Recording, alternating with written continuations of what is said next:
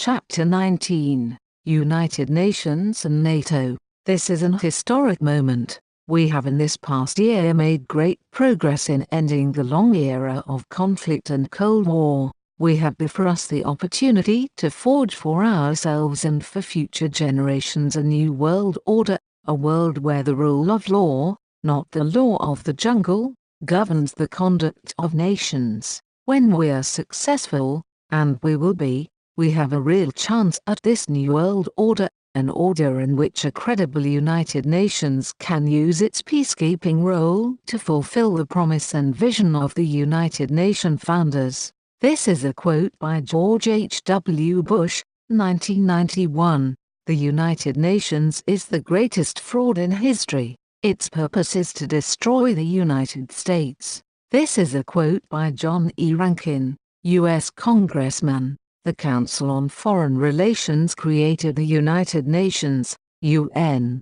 Member agents, Alger Hiss and Leo Pasvolsky did the paperwork, but the honors went to a special committee appointed by President Roosevelt. Members were Sumner Welles, Isaiah Bowman, Hamilton Fish Armstrong, Benjamin Cohen and Clark Eichelberger. They were all members of the CFR and members of the Order of the Quest called the Jason Society. The charter was rushed through the U.S. Senate without printed copies to guide the senators. To achieve world government, it is necessary to remove from the minds of men their individualism, loyalty to family tradition, national patriotism and religious dogmas.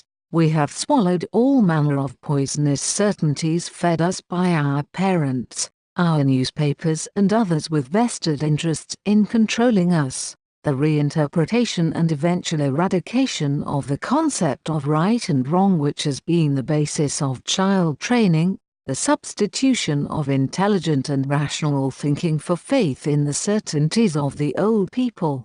These are the belated objectives for charting the changes of human behavior. This is a quote by Brock Chisholm, director of the WHO, a subsidiary of the UN. Jim W. Dean is an editor of Veterans Today and he wrote an article in August 2014, where he considered that NATO are a security threat to all of us because they have morphed from a defensive alliance into an offensive one. He writes that the focus was not the obvious one of NATO moving east to the Soviet border with bases, and all the intelligence apparatus and forward weapons deployment that goes with that, but the resulting threat to the people of the NATO countries themselves. It is time to push the reset button on NATO and start all over. We might even save ourselves if we do it, something I consider a substantial motivation. And I also feel a special obligation to take on this task because I am an American. Make no mistake about it, when we are talking NATO, we are really talking about the Pentagon and Washington.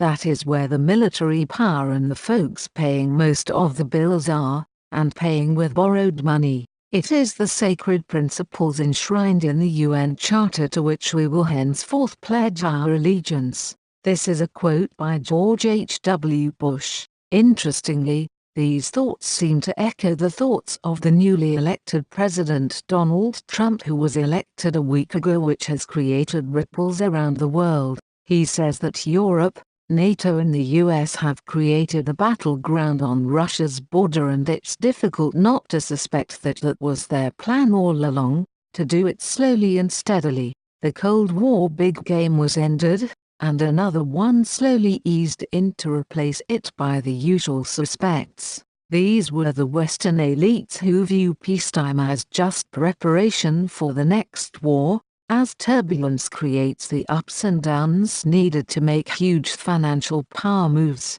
both in funding the military-industrial complex and then rebuilding the resulting destruction. This is an old game and the public deserves a big part of the blame for playing along so sheepishly. We should know better by now. In the next century, nations as we know it will be obsolete. All states will recognize a single, global authority. National sovereignty wasn't such a great deal after all.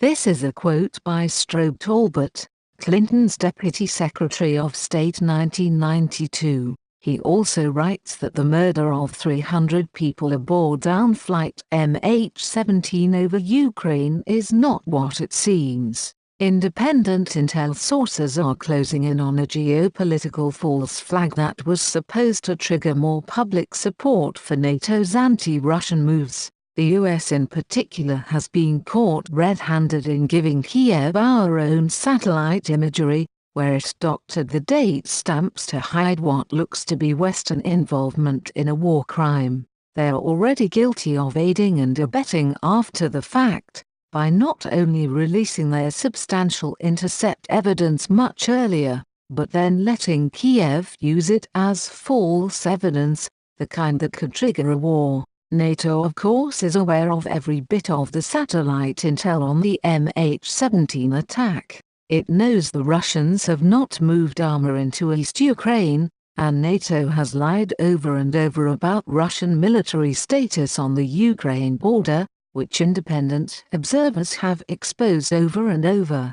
Folks, we have a renegade NATO on our hands and we better do something quick to stop them from doing even more damage. It seems to many of us that if we are to avoid the eventual catastrophic world conflict, we must strengthen the United Nations as a first step toward a world government patterned after our own government, with a legislature, executive and judiciary, and police to enforce its international laws and keep the peace. To do that, of course, we Americans will have to yield up some of our sovereignty. That would be a bitter pill. It would take a lot of courage, a lot of faith in the new order, but the American colonies did it once and brought forth one of the most nearly perfect unions the world has ever seen. This is a quote by Walter Cronkite.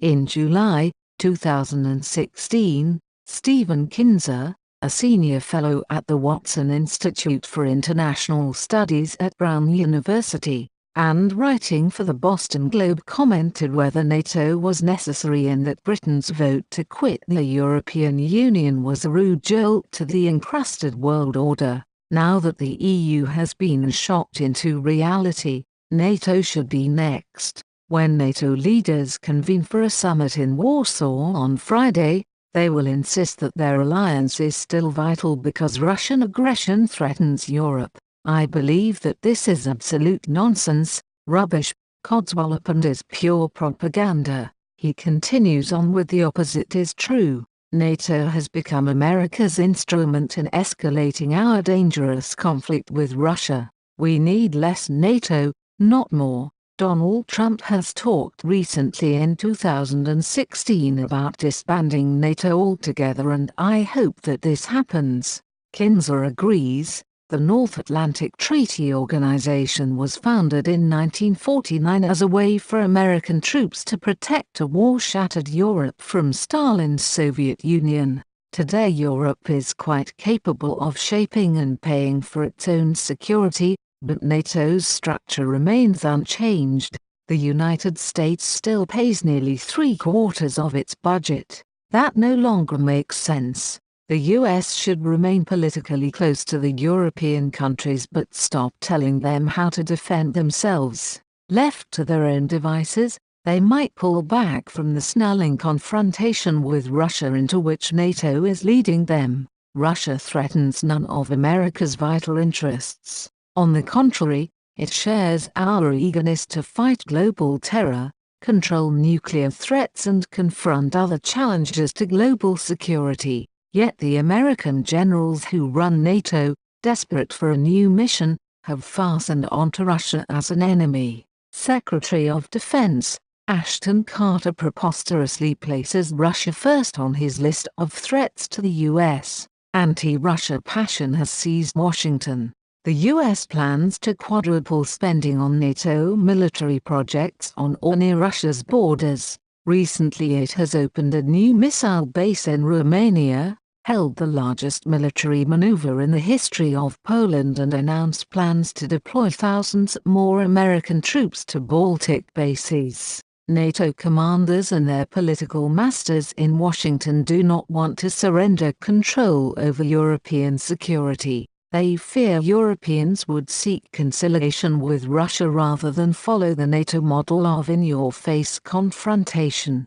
That prospect is abhorrent to American generals, politicians and defense contractors. By continuing to finance NATO, we buy the right to flash our swords on Russia's borders. In 2016, the Daily Express in the UK reported that the head of the Russian army claimed that the United States and its NATO allies wanted to bring his country to its knees in their quest for world domination. General Valery Gerasimov said that it's difficult to foresee how this will all end. We don't know what kind of orders the new Ukrainian authorities are receiving from their Western curators and where Kiev's aggression may be directed in the future. The close friend of Vladimir Putin also said that the US and NATO partners aim to bring Russia to its knees by fueling conflicts across its border, such as in Ukraine. The newspaper reported that 55 warships, 70 aircraft and 13,000 soldiers, sailors and airmen from 14 nations had gathered for exercise Joint Warrior off the coast of Scotland in British waters. Gerasimov also said that NATO military activity near Russian borders has dramatically risen, citing how since 2013 there has been a fourfold rise in the number of ships entering the Black Sea. The number of tactical and reconnaissance aircraft flights near the Russian borders has increased 2 times and flights of early radar warning planes 9 times. Since the start of 2014, the number of NATO operations has drastically increased. Considering themselves winners in the Cold War, the US decided to reshape the world to suit exclusively themselves. Interestingly, he goes on to say that striving for absolute dominance, Washington no longer takes into account interests of other countries in its policy and made it not obligatory for itself to observe the norms of international law. Wanting to cut Russia down to size, Western countries are exerting political and economic pressure on our country. The US was engaged in implementation of the prompt global strike concept. Also that week, Russia had claimed that it had discovered enemy satellites masquerading as space junk. In response in November 2016, Yahoo News UK reported that NATO had put 300,000 troops on high alert according to the Secretary-General of NATO, Jens Stoltenberg. The move was in response to Russian weapons testing and aggression against neighbors. Mr. Stoltenberg said that we have seen a more assertive Russia implementing a substantial military build-up over many years, tripling defense spending since 2000, developing new military capabilities and using military force against its neighbors. We have also seen Russia using propaganda in Europe among NATO allies, and that is exactly the reason why NATO is responding. The sooner that Donald Trump disbands NATO the better, I believe, in order to avert yet another unnecessary war on this planet. The UN is but a long-range, international banking apparatus clearly set up for financial and economic profit by a small group of powerful one-world revolutionaries, hungry for profit and power. This is a quote by Curtis Dowell, FDR's son-in-law.